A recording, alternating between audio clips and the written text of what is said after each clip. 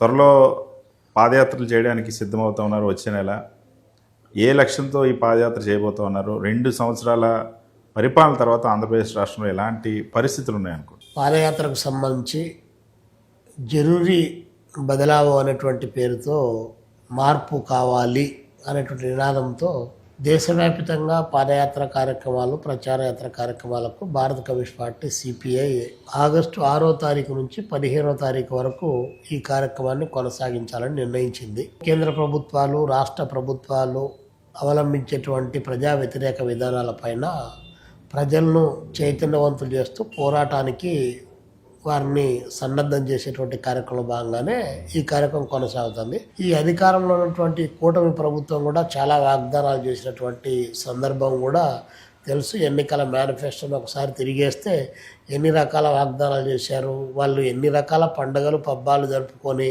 చాలా గట్టిగా మేము అమలు చేశామని చెప్పేసి ఒకరి పట్టు 10 మంది అడిచినా కూడా నిజంగా ప్రజల్లో అలాంటిది అమలు చేయలేదనేటువంటి భావనలు చాలా ఉన్నాయి.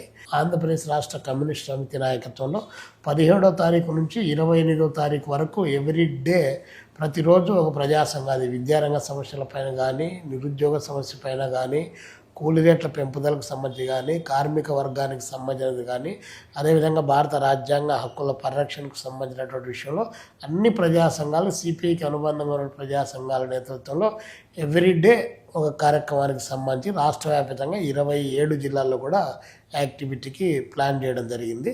ప్రత్యేకించి చంద్రబాబు నాయుడు గారు ఒక పాట పాడారు బిఫోర్ ఎలక్షన్ కంటే ముందు. మేము అధికారంలోకి వస్తే ఈ రాష్ట్రంలో ఉన్నటువంటి ఇల్లు లేనటువంటి పేదలందరికీ కూడా మేము ఇల్లు ఇస్తాము, దానికి సంబంధించి పట్టణ ప్రాంతాల్లో 2 సెంట్లు, గ్రామీణ ప్రాంతాల్లో 3 సెంట్లు అని చెప్పి ప్రకటించారు.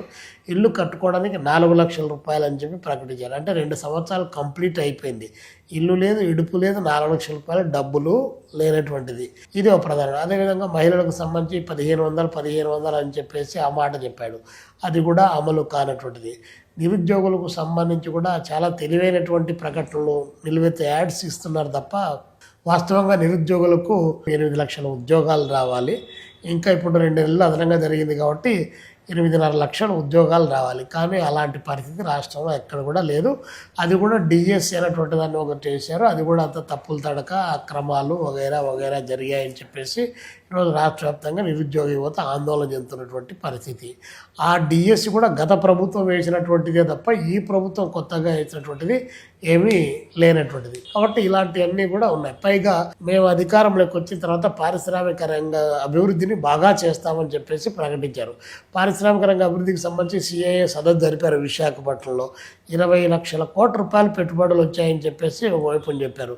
అదే 27 లక్షల కోట్ల పెట్టుబడులు వచ్చి దాదాపు 600 పైచిలకు చిన్న పెద్ద పరిశ్రమలతో ఎంఓయూ కుదిరించుకుంటే ఎన్ని గ్రౌండ్ అయినాయి, దాని మూలంగా ఎంత ఉత్పత్తి వచ్చింది, ఆ ఉత్పత్తి ఎంతమందికి ఉపాధిని క్రియేట్ చేసింది అనేటువంటి శ్వేతపత్రం ప్రకటించమని చెప్పి డిమాండ్ చేస్తున్నాం. కానీ అది కూడా బాబు గారి పరిపాలన నుంచి వచ్చినటువంటి పరిస్థితి లేనటువంటిది. ఫార్చ్యూన్ 500 కంపెనీస్ పేరుతో 99 పైసలకే భూములు ఇస్తామని చెప్పేసి మాట్లాడుతున్నారు. భూములు ఇవ్వడానికి, పరిశ్రమలు రావాలంటే భూములు ఇవ్వాలి.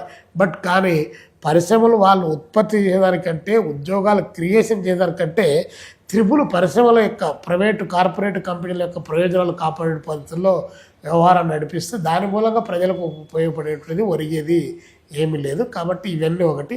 స్టీల్ ప్లాంట్, కడప స్టీల్ ప్లాంట్కి సంబంధించిన దాంట్లో ముచ్చటగా 2వసారి చంద్రబాబు నాయుడు గారు కూడా దానికి శంకుస్థాపన చేశారు. అంతకుముందు కూడా 2018లో ఆయన దిగిపోయేటువంటి సందర్భంలో కడపలో పెద్ద ఆమరణ ఆర్థిక చేశారు. అక్కడ కంబాల దగ్గర ఒక పెద్ద కమాన్ వేసి ఆర్డీఓ ఆఫీస్లో ఒక రాయి వేసిపోయారు. తర్వాత అధికారం పోయింది, మళ్ళీ వచ్చింది. ఇప్పుడు మళ్ళీ స్టీల్ ప్లాంట్ అని చెప్పేసారు. ఊరిక కంటి తుడుపు చర్యగా ఈరోజు అలాంటి చర్యలు తీసుకున్నారు. అదేవిధంగా పక్కన విశాఖపట్నంలో స్టీల్ ప్లాంట్ ఉంది.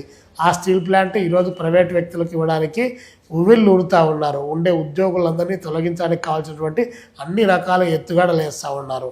కానీ రాష్ట్రానికి సంబంధించినటువంటి అధికార పార్టీ కూటమి ఎంపీలు మాత్రం ఖచ్చితంగా అక్కడ వచ్చేటువంటి మిట్టలు స్టీల్ ప్లాంట్కి మాత్రం సొంత గనులు కావాలని చెప్పేసి పై కేంద్రంలో ఉన్నటువంటి ప్రభుత్వాన్ని అడుగుతూ ఉన్నారు. కానీ విశాఖ స్టీల్ ప్లాంట్కి సంబంధించిన దాంట్లో మాత్రం ఒక్కరు కూడా అడిగేటువంటి పరిస్థితి లేదు.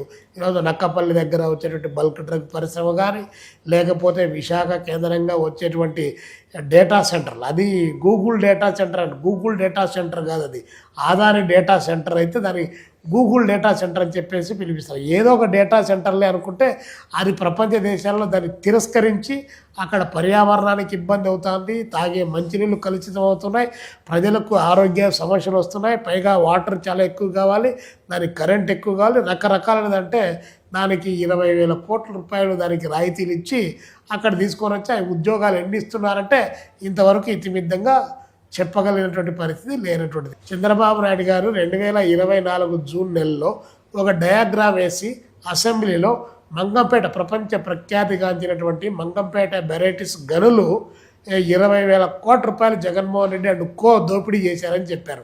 పోనీ అంత దోపిడీ చేశారని మీ దగ్గర అన్ని ఆధారాలు ఉన్న తర్వాత జగన్మోహన్ రెడ్డి గారు లోపల వేసిండాల, అది వేయలే. పైగా ఏ కంపెనీ అయితే గతంలో ఇట్లా అక్రమాలకు పాల్పడిందని మీరు చెప్పారు, నాదెల్ల మనోహర్ గారు చెప్పారు, అదేవిధంగా కొల్లు రవీంద్ర గారు చెప్పారు. కానీ రెండో రోజే 48 గంటలు కలవకముందే ఏ కంపెనీని అయితే బోగస్ అన్నారో అదే కంపెనీకి మీరు మొత్తం ఏకపక్షంగా మీరు తవ్వుకోవచ్చు అని చెప్పేసి 1,130 రూపాయలు 1,150 రూపాయలు దాని టన్ను ఇట్టని చెప్పి గవర్నమెంట్కు దాదాపు 1,500 కోట్లు 2,000 కోట్ల రూపాయలు నష్టం వచ్చినా సరే ఏకచిత్రాధిపత్యంగా ఒకటే కంపెనీకి ఇచ్చారు. ఇంకా మీరు ఎవరు దొంగ అనుకోవాలి, ఎవరు దొర అనుకోవాలి? కాబట్టి చెప్పేది ఒకటి చేసేది ఒకటి అనేటువంటిది ఇక్కడ క్లియర్గా కనిపిస్తుంది. కాబట్టి 2 సంవత్సరాల ఈ కూటమి పరిపాలనా కాలంలో అన్ని పారిశ్రామిక వాడలు ఎక్కడేసిన గొంగలి అక్కడే అన్నటువంటి చందంగా ఉంది. కాబట్టి బాబు గారు 2 సంవత్సరాల కూటమి పాలనలో ఆయన చెప్పినటువంటి అంశాలన్నీ కూడా 2 అంశాల చుట్టూ తిప్పాడు. 1 అమరావతి, 2 పోలవరం అని చెప్పారు. గతంలో పోలవరం కేంద్ర ప్రభుత్వం జాతీయ ప్రాజెక్టుగా ప్రకటించింది, దాన్ని ఈయనే కావాలని చెప్పేసి మేము తీసుకుంటామని చెప్పారు.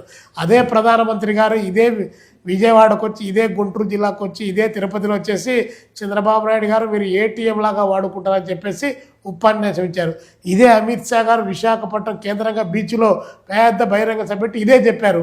కాబట్టి రాజకీయ నాయకుల యొక్క నోట్లో ఉండేటువంటి నాలుకకు నర్రం లేదు కాబట్టి వాళ్ళ ఇష్టం, అంటే జనానికి మతిమరుపు అల్జీమర్స్ రోగాలు ఏమన్నా ఉన్నాయేమని చెప్పేసి వాళ్ళు భావిస్తున్నారు. కానీ అట్టేం కాదు, మనం ఖర్చు తగ్గించుకోవాలి, పొదుపు చేయాలి. ఖర్చు ఎక్కడ తగ్గిస్తూ ఉన్నారు మీరు? లోకేష్ బాబు ఒక విమానం వేసుకొని తిరిగా, పవన్ కళ్యాణ్ గారు ఒక విమానం వేసుకొని తిరిగిరి, మీరు ఒక విమానం వేసుకొని తిరిగిరి. రెగ్యులర్గా మీ యొక్క ప్రచార పటోపము విపరీతంగా వైపున కొనసాగిస్తుంది. ఎక్కడ పొదుపు? వయసు అయిపోయినటువంటి వాళ్ళు, పదవి విరమణ చేసినటువంటి వాళ్ళు, ఐఏఎస్ దగ్గర నుంచి ఒక్కొక్కరికి 2 పోస్టులు 3 పోస్టులు ఇన్ఛార్జీలుగా ఇచ్చి వాళ్ళనే అక్కడ పెట్టేసి కొత్త ఉద్యోగార్థులకు అవకాశం లేకుండా సెక్రటరియట్ ఇండాకు వాళ్ళని పెట్టేటువంటి పరిస్థితి.